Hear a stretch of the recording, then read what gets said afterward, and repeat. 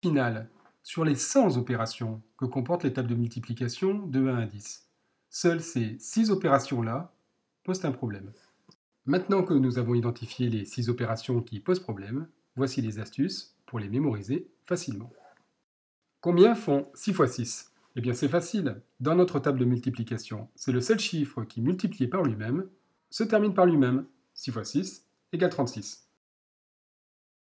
Combien font 6 fois 7? Là, c'est du sport. Si vous vous entraînez 6 jours sur 7, le 6, le 7, eh bien, vous pourrez facilement courir un marathon. Il se trouve qu'un marathon, c'est 42 km. 6 fois 7 font 42. Combien font 6 fois 8? Tout le monde connaît l'expression « travailler en 3-8 ». Ça veut dire qu'on fait tourner l'usine pendant 24 heures.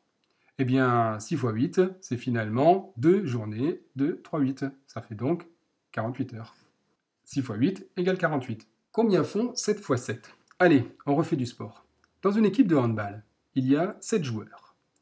Pour transporter les 7 équipes de 7 joueurs, le club a acheté un car. 9. 49. 7 fois 7, 49. Combien font 7 fois 8? Pour le savoir, regardez cette suite de nombres. 5, 6, 7 et 8.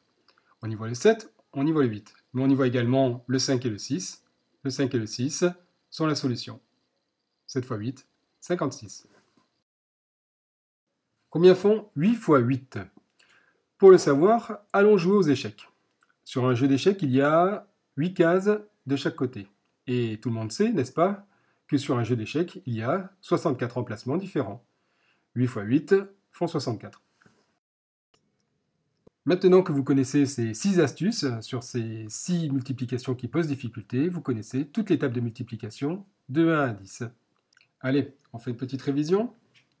6 fois 6 égale lui-même à la fin. 6 fois 7 égale le marathon. 6 fois 8 égale les 2 jours d'usine.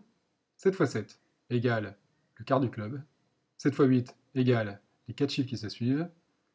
8 fois 8 égale le jeu d'échecs.